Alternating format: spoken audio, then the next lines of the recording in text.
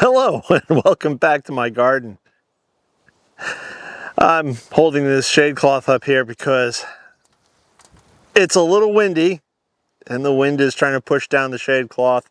And also, when I strung up the shade cloth, I didn't take into account the weight, and B, the distance kind of thing. There's a whole math science thing to hanging any sort of shade cloth or that kind of thing. Nonetheless, it is working, but that's not why we're here. We're here so you could see this. I moved my whole setup, that which you may have remembered was basically right here, and I moved it over here up against the greenhouse. It's something I spoke about previously. I think the last time I spoke about it actually was way back when I talked about my potting shed dream, which would go over here. So my potting shed dream that I have, that I would like to make a winter project this year, if I can find the funds available. But either way, it'll come 8 feet off the fence, and that will leave me about a 3.5 foot opening here, or wide opening here, between the table and the edge, the front of the potting shed. I didn't realize how heavy the shade cloth can be, or why. It's actually very windy today, which is one of the reasons why the shade cloth is bouncing up and down. Although it does feel nice here in the shade because it's hot in the sun. It's hot and dry. We'll talk more about that in a moment. I still have my set up table over here with a lot of my various shrub cuttings. Many of these shrub cuttings I have to get into the ground soon, really this month, June, but I'm pretty psyched about this. I don't know if you guys can see it in the shot, but I started putting down some pavers that I had previously gotten. One of the problems I had was I had a few pallets. Actually, you could see the pots in the back here, but I had a few pallets up against the greenhouse and I had plastic pots stacked on top of them. Well, I threw those plastic pots back there. I still have to sort through them. But the walkway here was very muddy and slippery in the springtime because we got a lot of rain early spring. And we haven't gotten a lot of rain since. Nonetheless, I put down the pavers. I put the tables against the greenhouse here. I hope to put down more pavers here in the near future so that when we do get those heavy rains, this doesn't become a muddy mess as I try to walk through. And it's not so much the muddy mess, it's more of the, oh my God, I'm slipping and I'm gonna fall on my butt or break my hip kind of thing, which who wants to do that? Not I. Let me show you something else that's happening here in the veg garden. I've planted my sweet potatoes. They came in the mail yesterday, I believe. Yeah, yesterday. And this morning I filled up this bed with more raised bed mix and a few other things. Now, last year I only did something like 6 sweet potatoes. It wasn't a lot. And I think maybe because of that, my sweet potatoes had a lot of room to grow and they got really stringy and leggy. The sweet potatoes themselves didn't come out nice and big, and they came out like long, thin strips. It was really weird. So I figured if I plant more sweet potatoes in this bed, now I have 12, they'll sort of crowd each other a bit, and maybe then they'll just make bigger, fatter sweet potatoes. I don't know. If you've grown sweet potatoes before, if you have any hints or tips or suggestions for growing sweet potatoes, please leave those in the comments below. I'm hoping I don't have another failure like I did last year.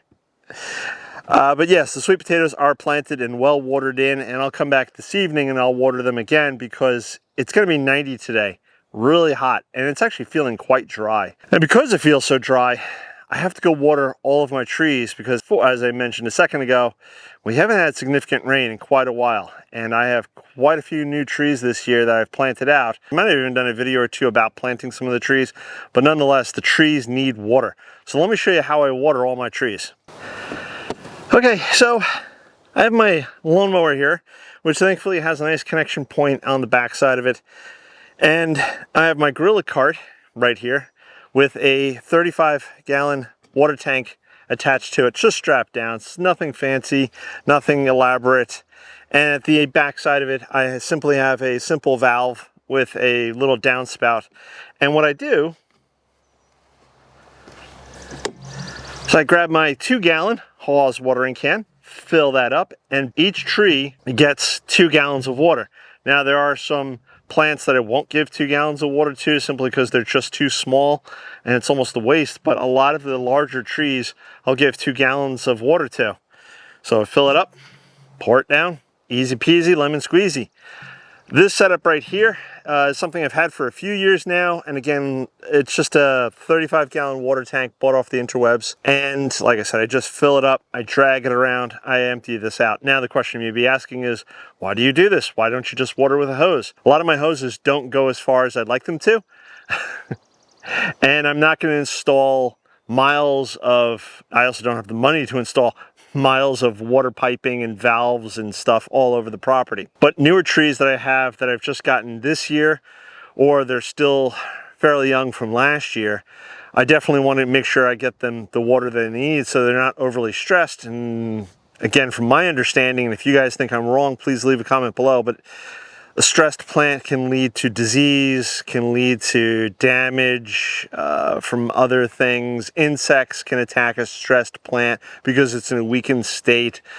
So it's best to keep the plant not stressed simply by just giving it water. Now, I just checked my phone app and allegedly we might get rain tomorrow. Maybe.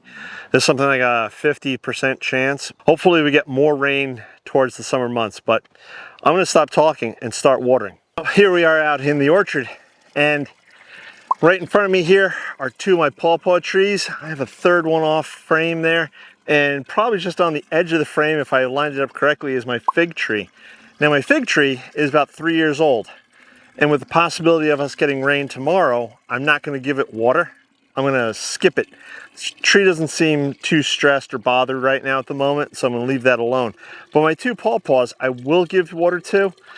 They are about 3 years old, but I think they've only been in the ground 2 years. And I'm not going to show you guys me watering every tree, but here it is. I'm just pouring water right at the base of the tree, just to ensure that some of that water gets down to the roots. Maybe some of you have drip irrigation systems out to your trees, or you live in a climate where you've gotten a lot more rain than I have lately. Let me stop talking and start watering again.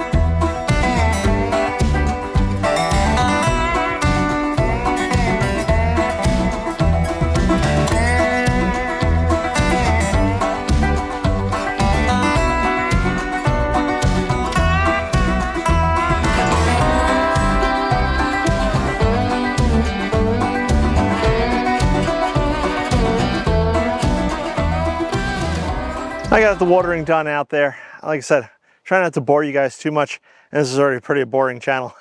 So yeah, I watered all the trees that needed to be watered. And the reason I used 2 gallons is simply just, it seems like an appropriate amount of water. There's no scientific method or madness behind it. It just seems like the appropriate amount of water to be giving the plants for a period of time. Let's say we don't get rain over the next few days. I will probably, and the temperatures don't cool off, which they may or may not, I'll probably come back around next weekend and give them another 2 gallons of water each. Hopefully we don't have a really dry summer, because I really don't want to be running around watering all the trees. Now, the other thing you may be wondering is, why didn't I just attach a hose to the end? There's simply not enough pressure for the water to come out, and so it'll come out, but it'll just come out as a slow stream, much as it does when it goes into the watering can.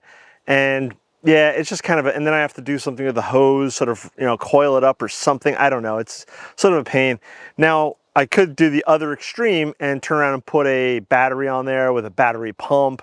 Laura over at Garden Answer, if you guys are familiar with her, she has a setup like that where they have a much bigger water tank, and they have I think a little Honda generator, and they have a water pump, and they can use that for various watering and fertilizing needs. But that's an expensive setup as well. And if I remember correctly, Aaron had some local metal fabricators weld up the sort of the frame setup for that. So it's again, expensive. This cost me less than, I want to say $200. Yeah, because I think I got the water tank on sale from some weird little website, and the other parts are, you know, $10 to $20. Listen, I'm not going to bore you guys anymore, but if you have any questions or comments, please leave them below. I think that's going to wrap it up for today. If you haven't subscribed, please subscribe. There's more exciting stuff coming up in the near future. This is just what I had on my plate today, and it was something that I needed to get done. So sweet potatoes are planted, trees are watered. I'm done. I'm going to catch you in the next one. Bye-bye.